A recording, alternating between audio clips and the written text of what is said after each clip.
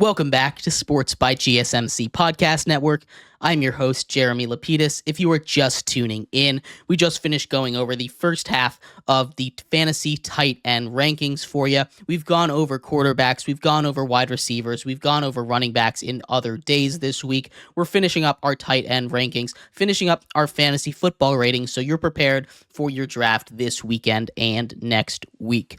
Like I said, we're going to finish up our tight end rankings in this segment, but before we do, remember, if you would like to be an even bigger part of the show than you already are, all you need to do is go to gsmcpodcast.net. Or if you are on YouTube, you can use that super chat feature. If you do either of those two things, a message should pop up on the bottom of the screen for you, me, and everybody else around the world to see. If you do have a burning question about sports, anything at all that you would like to ask, go and throw that in the comments. Throw it in the chat. I'll get to it as soon as I possibly can. I appreciate everybody so much for sticking around, talking some sports with me here on a beautiful Friday afternoon. But like I was saying, we're going to finish up our tight end rankings here today. We've gone through 1 through 12. And as I said when we were introducing number 10, 11, and 12, we're going to finish out that tier that I believe in. The tier that I think really separates a tight end that I would start from guys that I'm trying to avoid a little bit. And 13, in my personal opinion, is the furthest back I would take a tight end. And that is Brock Bowers. The reason I have Brock Bowers so low is because I don't know what he's going to be in that offense. This is a weird Raiders situation, right? This is a Raiders situation where they draft Michael Mayer last year. Brock Bowers falls to them. You kind of have to take him. He's one of the best on the board at this point. Brock Bowers is a guy that is supremely talented, can come in as a wide receiver. They can run a lot of two tight end sets. But we also have Gardner Minshew at quarterback, a guy that 30% of the time throws to wide receiver one. That leaves only 70% of all the other balls he throws going to the rest of the lineup. Now, Brock Bowers should get a large percentage of that, but I don't know what his role in the offense is going to look like. I don't know how often he's going to be out there. If it's going to be a 75% snap share, a 50-50 snap share with Michael Mayer. The Raiders say they believe in them, but Brock Bowers is a guy that even with all of those questions, I'm willing to take a flyer on because I believe in his skill. And I believe as the season goes on, they're not going to be able to ignore him and keep him off the field. Brock Bowers is my number 13 tight end. And now we get to the point where I start to question if I can start these guys. 14 on. Again, the tight end position is deeper than I ever thought it would be. Usually it only went 5 deep. After that, you're in the quicksand. Now you go 13 deep, and now I'm in the quicksand. At 14, I have Cole Kmet.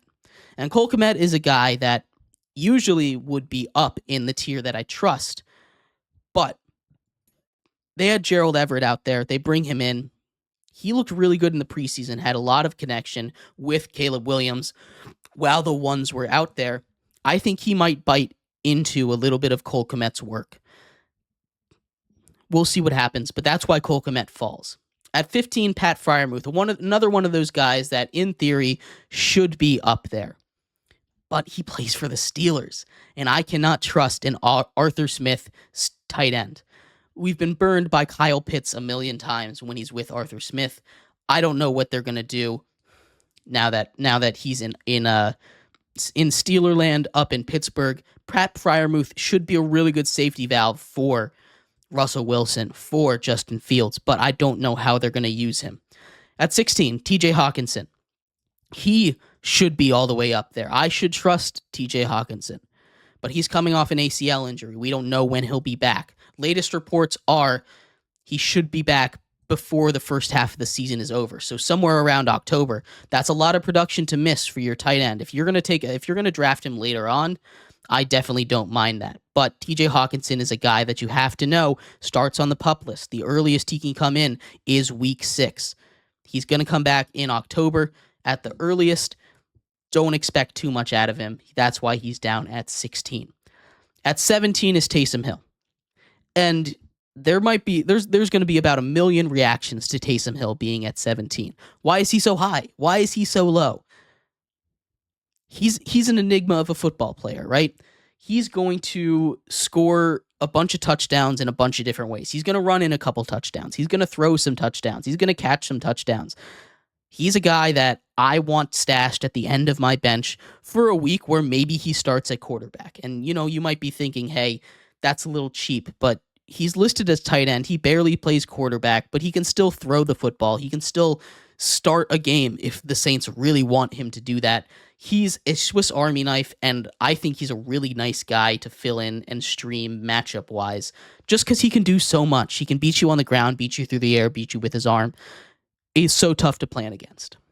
At 18, I have Mike Gesicki, and this is a guy that you guys might look at me crazy for putting this high up on the list, but Mike Gesicki is someone I think is going to surprise a lot of people. Mike Gesicki joins the Bengals. He's the tight end one there ahead of Drew Sample. He's a guy that can replace Tyler Boyd.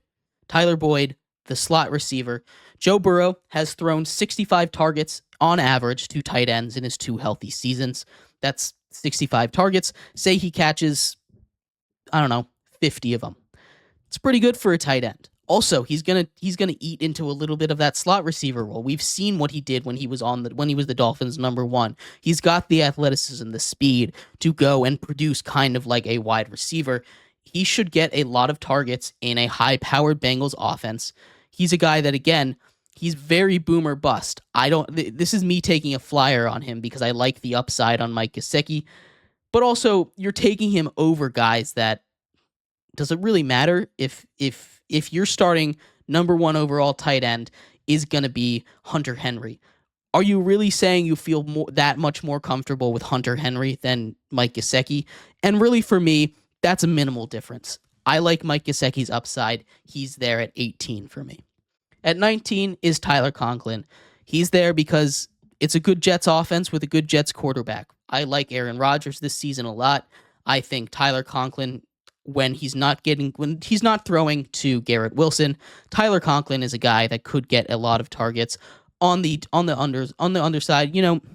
Aaron Rodgers likes his tight ends a little bit, and the Tyler Conklin is that tight end for the Jets. He should get a good amount of targets here in the Jets system. He's my tight end at 19. At 20, Hunter Henry. When in doubt, if you're really in doubt, go to a rookie quarterback's tight end. That is a pretty tried and true method to get a solid tight end. They love their little dump offs when they're under pressure. Hunter Henry is a big jump ball receiver. He should be very helpful for when Drake May gets into the game for the Patriots. At 21, Cade Otton. Cade Otton's very, very solid. He's a really good tight end, but as far as receiving, he doesn't have that great upside. He might catch a touchdown every once in a while, but he's not going to go off for 20 points in a game. That's just not something in his repertoire. He's someone that can do that, but it's not something that he's really going to go out and show that he is the guy. He is the one that is going to be this great tight end. I like Cade Otton a lot, but he's not a starting tight end for fantasy for me. He's number 21. At 22 is Noah Fant. Noah Fant is another one of these guys, kind of like Mike Gesicki, that just doesn't get enough targets. He's got the athleticism to be a wide receiver-esque tight end, but he just doesn't get the amount of targets that he needs to be that guy. At 23 is Isaiah Likely. And Isaiah Likely, again, much like Noah Fant, a guy that when he gets his chances are really good. But he also has to contend with Mark Andrews as that tight end. Maybe he gets more chances on the field this year after what he did last year. Isaiah Likely's a really, really good tight end, but he's the tight end 2 in Baltimore, and he barely slides onto this list. And finally, a rookie that I really like before we get to our honorable mentions, Ben Sinnott. He's not going to start the season hot, but he's a guy in Washington. Again, when in doubt, rookie quarterback's tight end. You can talk about Zach Ertz. He's one of my honorable mentions that's going to start, but I like Ben Sinnott a little more than him. He should kind of get on later in the season, kind of like Trey McBride did when he overtook Zach Ertz last season. Honorable mentions, I have the Green Bay tight ends. I don't have them on here because I don't know who is going to start. They're listed as co-starters. I don't know which one to trust. Both Luke Musgrave and Tyler Kroft. Either one of them, whichever one turns out to be the fantasy one, should be on this list. I just don't know which one it is, so I put them in my honorable mentions. I talked a little bit about Gerald Everett. I like him a little bit. He's not going to catch 8 balls a game, but he looked good in the preseason with Caleb Williams, got a good amount of targets. He's in my honorable mentions. Zach Ertz, again, should be good for the beginning of the season. Greg Dulcich, if you really want to take a flyer on a really high upside guy, that's him. He gets hurt too often for me to trust.